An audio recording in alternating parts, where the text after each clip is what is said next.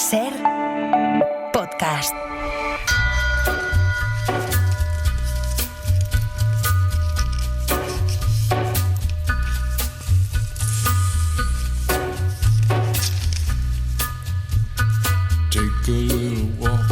Es viernes y eso significa que hablamos con Ramón Besa y con Manuel Javois. Hola Manuel, ¿qué tal? Muy buenas. ¿Qué tal? ¿Cómo estáis? Buenas noches. Hola Ramón, buenas noches. Buenas noches. Pregunta de rigor, ¿cómo habéis pasado la semana, Manuel? Bien, en casa, trabajando mucho, preparando el verano, con convulsiones empresariales, que ya sabréis, bueno, que como no vais a saber, sí, si estamos en el mismo barco. Entonces un poco jodido porque bueno, pues Pepa, bueno, fíjate, el otro día estuve con ella y reparé en una cosa. Es el primer día en 10 años en el que ella no es mi jefa. Fue mi jefa en el Hoy por Hoy, fue mi jefa en el Hora 25 y después fue mi jefa en El País. Qué cosas. Sí, fíjate. Bueno, pues eso, pero vamos, la vida y sus movidas, como siempre. Escuchamos sirenas de fondo, no viene la policía por ti, ¿no, Manuel? Nada, todo Todavía bien. No, pero sabes que cuando se hablan de estos temas las fuerzas de seguridad están muy alertas. Vale. Mira, fíjate. ¿Y tú, Ramón, qué tal la semana? Bueno, la expectativa también, pero más tranquilo. No tengo las movidas de Javois, que es un hombre al que le requiere mucha gente. Yo tengo una vida más pacífica, he tenido viajes cortos, mucha televisión, tenis, fútbol, mucho consumo y poca producción, cosa que tampoco es muy bueno. Bueno, hay momentos que tampoco viene mal, ¿eh? El hecho de producir poco y ser un poquito más rémora. La selección española jugó ayer contra Francia. Para mí hizo 80 minutos muy buenos de fútbol. No me gustó nada los últimos 10 minutos dejarse llevar de esa forma y permitir que Francia se metiese en el partido. Pero, Manuel, ¿qué sensación te dejó a ti la selección española? Pues una sensación familiar que ya viene ocurriendo con la selección española, que es un juego muy parecido a la felicidad, una distancia muy grande respecto a los rivales, ¿no? Creo que es una selección que se deja ver con muchísimo placer y creo que es una fábrica de fútbol que cuando coge la ola y cuando empieza a fabricar pases y cuando empieza a fabricar huecos y cuando empieza a fabricar ocasiones, no se me ocurre a mí qué selección puede pararla, la verdad. O sea, lo de ayer fue pues es cierto que al final se consiguió por parte de los franceses maquillar el resultado, pero fue un baño de arriba abajo, ¿no? Y hay una serie de jugadores que están en estado de gracia. O sea, ahora mismo yo creo que Lamine Yamal está encima de un escalón y 2 o 3 más abajo están los que lo siguen, ¿no? Ya no solo en la selección española, sino en cualquier otra selección. Y eso es un lujazo para la selección, ¿no? Es un lujazo para toda esa generación, ¿no? Primero tener un jugador así, pero después también toda la juventud, el desparpajo y el descaro que tiene España, ¿no? Gracias a estos chicos. O sea, la verdad es que fue a mucho gusto verla jugar. Esto es muy difícil, ya lo sabes. Generalmente siempre hemos tenido el discurso de que es a veces como un poco incompatible jugar tan bien y ganar, ¿no? Parece que hay que ser un poco oscuro para ganar, parece que hay que ser competitivo y gris para ganar, ¿no? Pues esta selección, como la selección de los años dorados, nos está diciendo que cuanto más espectáculo se dé, más posibilidades hay de que gane. Ramón, voy a ir por ahí, por donde lo ha dejado ahora Manuel. ¿Te recuerda un poco a esa selección de 2010? Bueno, sí. En cuanto a sensaciones, sí. No quiero comparar plantillas una con otra, jugador por jugador, porque creo que la del 2010 es irrepetible en el momento de forma que teníamos a los jugadores que teníamos en ese momento, pero la sensación que transmite después de venir de ganar la Eurocopa, como ha pasado con esta generación, ¿te transmite lo mismo de cara al Mundial? Sí, siendo consciente de que tener continuidad hoy en el fútbol a nivel europeo, a nivel mundial, es muy difícil. Miremos, por ejemplo, la Champions. O sea, es muy difícil que una selección tenga la continuidad que tiene España y ahora en el desafío, el reto que tiene de volver a ganar la competición y enlazar 3 torneos. Pero sobre todo lo que me gusta mucho es la variedad de futbolistas que tiene, cómo se corrige en el campo, los recursos. Y creo que el partido de ayer tuvo lo que tiene que tener un equipo, que es un acto de afirmación durante mucho rato, pero también una señal de alerta que te reconcilia con una de las claves del fútbol y una de las claves más cruifistas, que es que España con el balón no tiene rival, pero cuando no tiene el balón sufre. Sí. O sea, mientras... esa es una de las leyes del fútbol, ¿no? Que muchas veces decías, bueno, hay que saber jugar sin balón, con balón. Bueno, pues mientras ella es tiene la jerarquía en el campo, con movimientos espectaculares. Me encantó Oyarzabal jugando de falso 9, las entradas de Lamine y Nico por las bandas, como Pedri y Merino al final encontraron su sitio, como los centrales achicaron, los laterales remontaron.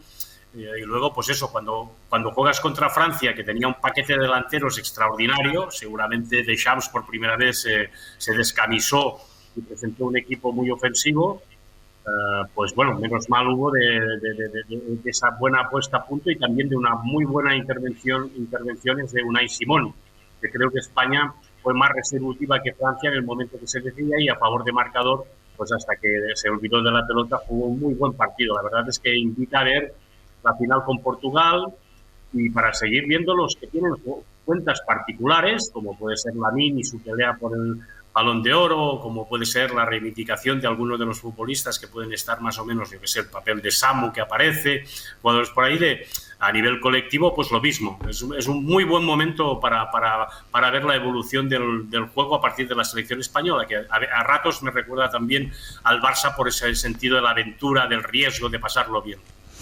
Hablando del famoso Balón de Oro, que vamos a hablar de aquí hasta que sea la gala una barbaridad de tiempo, estamos a principios de junio, 6 de junio, 7 ya, a esta hora ya es 7 de junio, estamos repartiendo ya el Balón de Oro, teniendo en cuenta que quedan un montón de meses para que se pueda dilucidar, ¿no?, quién se lo lleva, pero todo el mundo parece que lo tiene claro. ¿Tú, Manuel, también tienes claro que a día de hoy el primero, el pole position, es Lamine Yamal? Faltan 5 meses para que acabe la temporada, ¿no? Él mismo nos dijo en el larguero, ¿no?, a Manu, que él valoraba al jugador del año, ¿no? Falta mucho tiempo. Desde luego ahora mismo es el favorito. O sea, se le tiene que torcer mucho el año para que o no lo gane o esté peleándolo hasta el final, ¿no? Pues a ver, pues ya ahora el Mundial de Clubes, que en el Barça no está, la Champions, que está el París, es decir, bueno, son cosas que pueden pesar, ¿no? Pero a nivel de rendimiento individual, con este ritmo de juego y demás, pues sí. Pero vamos, es que lo del Balón de Oro, colega, es que en enero estábamos haciendo apuestas para ver quién ganaba el Balón de Oro. Bueno, queda algo menos de 5 meses, pues lo dan, creo, a finales de septiembre, creo que lo dan, ¿no? Más o menos, o sea, es cuando acabe. Vale. No, pero yo a lo que iba, es que claro, a día de hoy, que yo también lo considero, me parece que Lamine Yamal está el primero. Pero, Ramón, el hecho de que no esté el Barça en el Mundial de Clubes es que estamos hablando de 7 partidos que puede disputar el que llegue a la final, que son 7 partidos para lucirte. Y son 7 partidos en los que Lamine Yamal no va a tener la opción de lucirse. Ayer tuvo la oportunidad de hacerlo y además delante tenía otro de los que se habla, ¿no?, que, como es Dembélé, que puede estar en esa pelea. Evidentemente el partido de Lamine Yamal fue de 10, el de Dembélé fue bastante deficiente, yo creo que suspenso, pero ese escaparate del Mundial de Clubes, que creo que va a estar mirando todo el mundo por la expectación que hay, además, es un escaparate que Lamine no va a tener, y eso es así.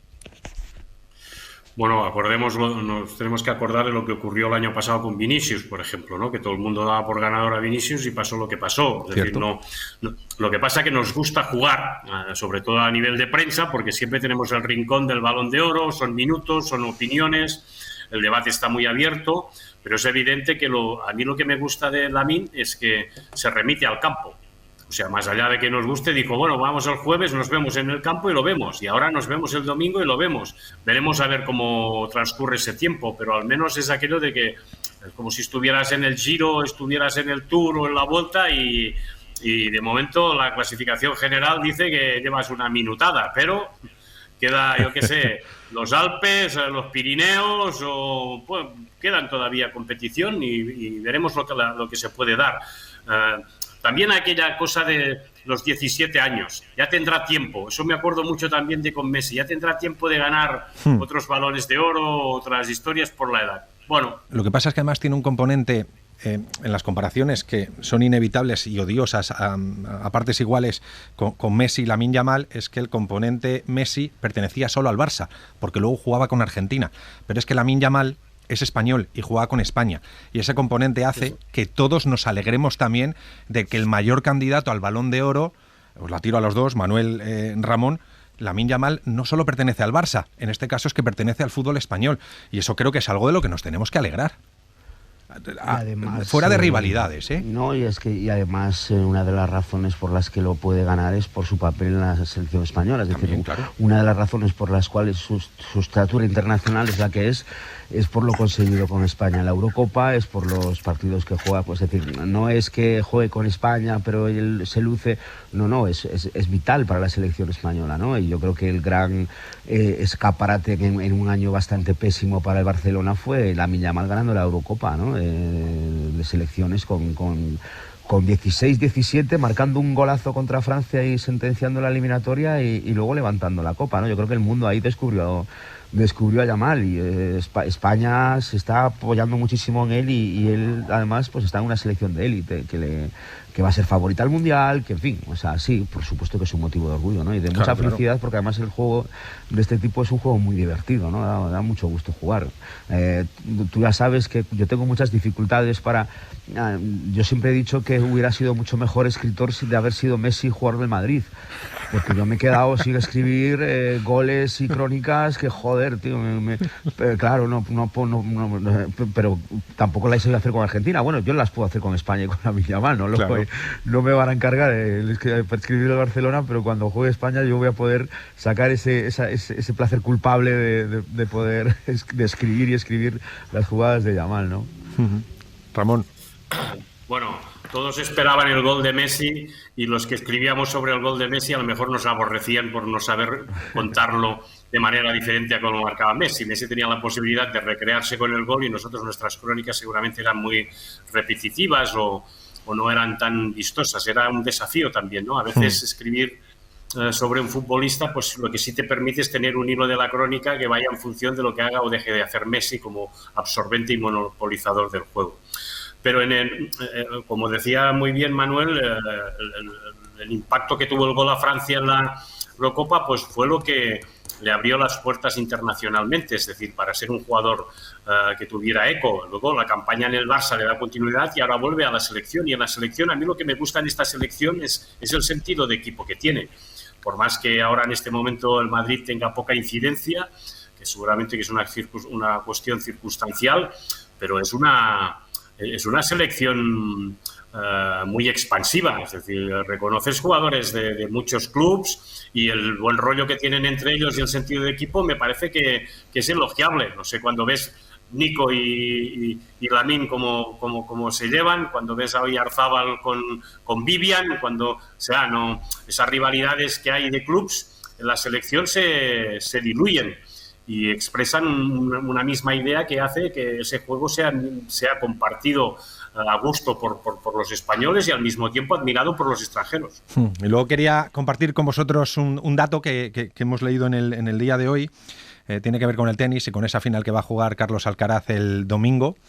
En el año 2008, el 6 de julio exactamente, Rafa Nadal lograba su 5º título de Grand Slam. Era la final de Wimbledon contra Roger Federer.